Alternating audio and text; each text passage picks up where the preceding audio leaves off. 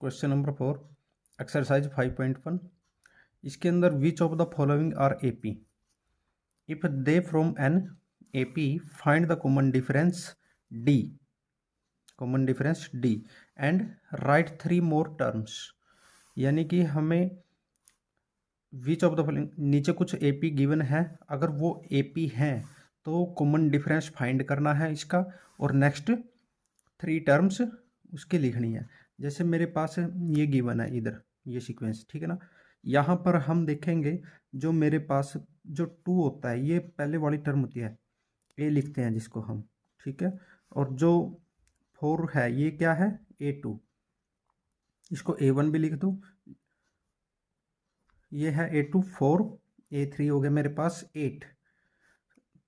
अब यहाँ पे अगर कॉमन डिफरेंस सेम आ जाता है तो वो एक एपी होती है। अब हम यहाँ पे देखो कॉमन डिफरेंस निकालते हैं। कॉमन डिफरेंस कैसे निकलता है, A2 माइनस A1 जब हम माइनस करते हैं तो वो कॉमन डिफरेंस होता है, ठीक है ना।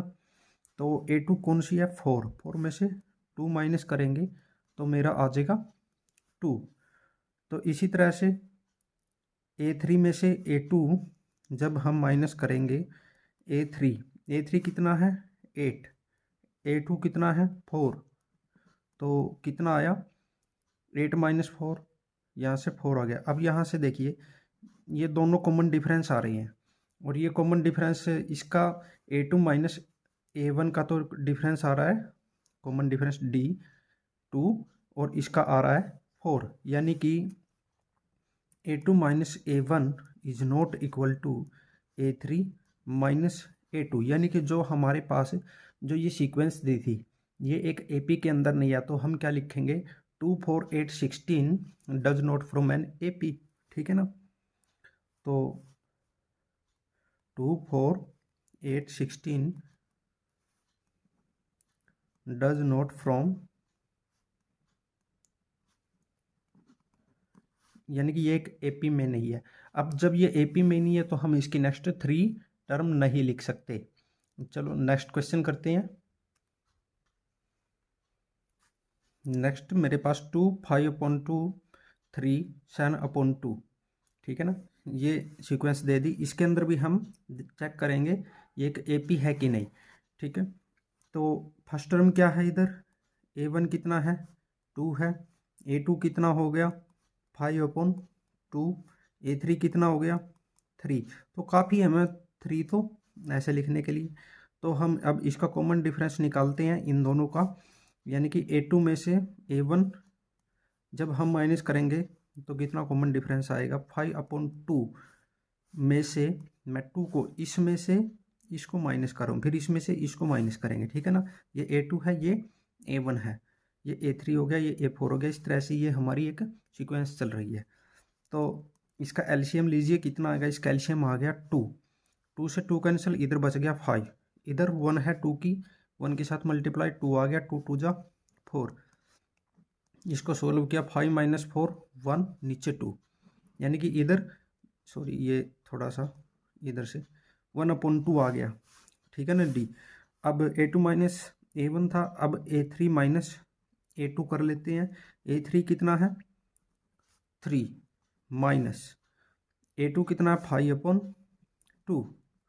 अब इसका एलसीएम कितना आएगा, इसका एलसीएम आएगा 2, एलसीएम आ गया 2 1 जा 2, यहाँ पे कितना बन गया 3 के साथ मल्टीप्लाई होकर 6, इधर बच गया 5, 6 माइनस 5 यानी कि 1/2। यानी कि यहाँ पर हमारा जो कॉमन डिफरेंस चल रहा है वो जो डी चल रहा है कॉमन डिफरेंस, वो कैसा है, सेम है, ठीक है ना। डी क्या है, सेम है। जब डी हमारा सेम आ जाए तो हम उसकी क्वेश्चन के अंदर क्या कहता था, 3 मोर टर्म्स, ठीक है ना।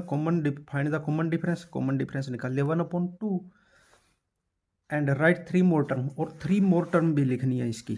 3 मोर टर्म कैसे, जैसे ये थी A1 A2 A3, A4 भी लिख दो। A4 कितनी है 7/2, तो A5 भी लिखनी है हमें, ठीक है।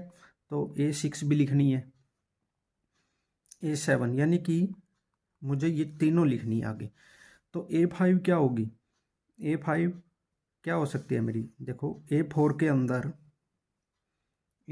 अंदर अगर मैं जो कॉमन डिफरेंस आ रहा वो ऐड कर देता हूँ, तो वो मेरे क्या हो जाएगी, A5 टर्म हो जाएगी। A4 कितनी आई है, 7/2 है मेरी, प्लस D कितना है, 1/2। अब इसका एलसीएम देखो कितना आएगा, इसका एलसीएम आ गया